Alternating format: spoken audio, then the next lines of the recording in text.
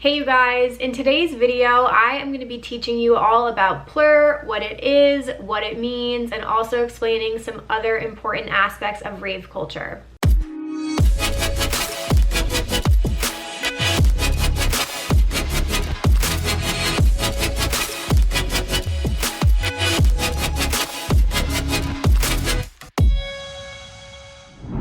Hey you guys, welcome to the video. My name is Emma Capotis. I am the Director of Community and Culture here at Lunchbox. If you're new here, we would absolutely love it if you would consider hitting that subscribe button down below to come join the Lunchbox fam. We also have an incredible Facebook group community. If you guys are already Lunchbox owners, there will be a link down below in the description box to join that community. So with all of that being said, let's get into today's topic. So as a company, Lunchbox is pretty heavily ingrained in festival culture, and a lot of our community are EDM fans. So on our channel, we do want to make some videos that are helpful and entertaining for people who are in the EDM community. So today's topic fits right into that category. So I'm going to be discussing some important aspects of rave culture that a lot of people don't understand or are just starting to learn about, one of those being Plur.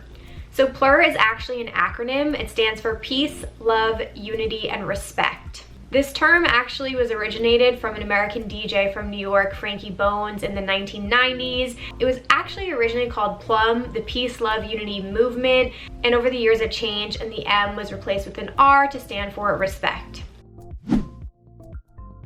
Plur to me as a raver is essentially a motto, a mantra, a way of life. It's something that all ravers sort of live by when they're either attending events like raves or music festivals, but you can also carry this mentality into your everyday life as well. Before I get into each letter of the acronym, I just want to talk a little bit more about the mentality. Again, this community really is about embracing one another. It's about celebrating music and life, respecting each other, having these shared experiences together, and really looking out for people around you, whether you know them or you don't. It's about being kind, making people feel welcome, and it's just in general a really amazing feeling that you get and way to live your life.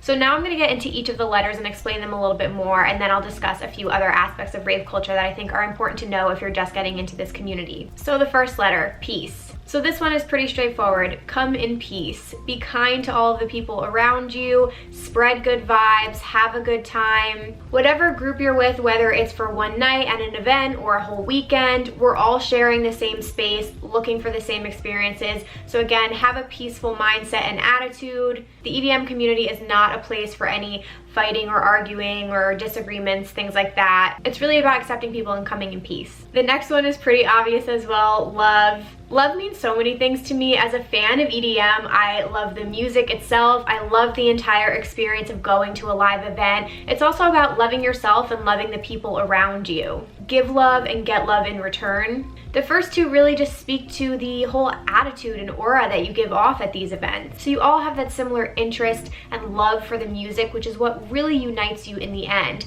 Which brings me to my next point. U stands for unity. We're all united together in one place for the exact same purpose. To enjoy the music, to have fun, to let loose, express yourself, really be in a judgment-free zone where you feel completely welcomed and accepted, whether you're attending an event alone or with a group. Unity to me is also about how many people are in this community from all walks of life. It doesn't matter what your background is, how old you are, what your job is, what your ethnicity is. Again, we're all united under one roof for the exact same purpose. And that really is something that makes you feel like you're just a part of something bigger than yourself. It's this incredible community of people who make you feel so welcome. And lastly, respect. This is one of the biggest things for me personally. I feel like there's a lot that goes into respect. I break it into three parts: respect yourself, respect others around you, and respect the venue that you are at.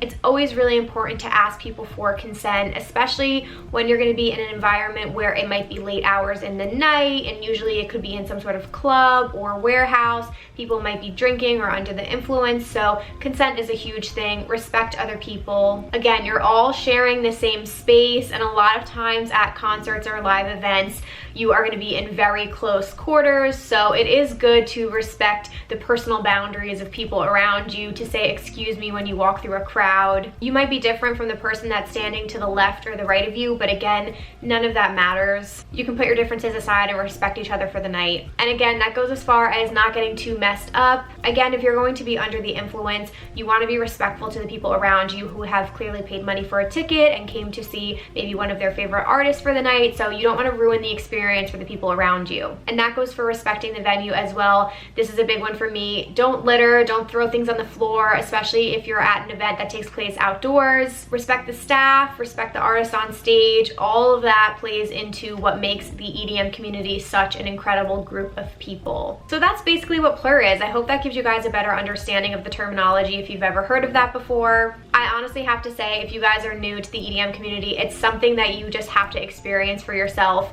whether you're at a music festival or a rave. Once you start to get that feeling from somebody, or you get that respect or that love, or you trade candy with someone for the first time, you fully start to understand what the Plur mentality really means. Now, some other terminology you should know about in rave culture, because it will probably come up a lot. Candy is something that is extremely popular. I have an entire bag here, and this is just a small example of my candy collection. So these are all different candy bracelets. Essentially, they're different pony beads that can have different sayings on them. They can be all different colors. You can make different shapes and patterns. This one is a flower candy bracelet, and commonly you will see people wearing these at raves or music festivals on their wrists. And you can trade them with other ravers as a sign of appreciation, respect. I have a lot of fun just meeting new people and trading candy with them as a symbol of friendship. And some of these have special sayings on them, or they might have my favorite artist logo on them. So I usually like to wait until I have a certain connection or I get a certain vibe off of somebody, and then I'll trade them specific candy that I think that they will love or appreciate. So it is tied to really nice memories as well. And again, I just think it's a great way to show appreciation to other ravers. So I like to look back on my candy, and I'm always surprised when I look at them at the end of the night and I see all the different sayings that are on my arm, and it just makes me feel really good. So I absolutely love trading candy with people at events. The next term I want to explain is a Perler, which these are two examples of Perlers right here. So these are somewhat similar to candy. You can wear these around your neck, so I've made these into necklaces. So these are beads as well. They're little Perler beads that you can make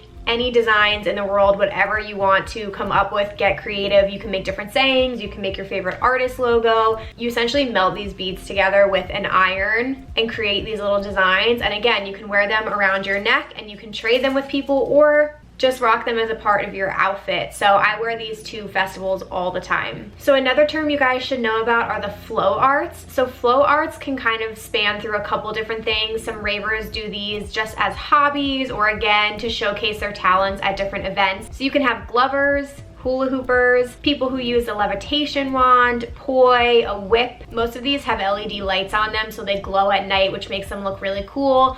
And depending on the toy that you use, they just create these really cool designs and shows and entertain people at events. So glovers will wear these different gloves on their hands with lights on the fingers, and they will do different hand movements. They're extremely talented. I'm not even gonna attempt to do it, but they make really cool patterns with their hands, and they can give a raver a light show at an event, and the lights at the end of their gloves create a really cool effect for the viewer. Same thing, you can have a hula hooper who has LED lights all around their hoop, who can do all sorts of different movements with the hoop around their body. So if you guys are interested in that, I highly encourage looking up on YouTube flow arts. Alrighty, you guys, that brings us to the end of the video.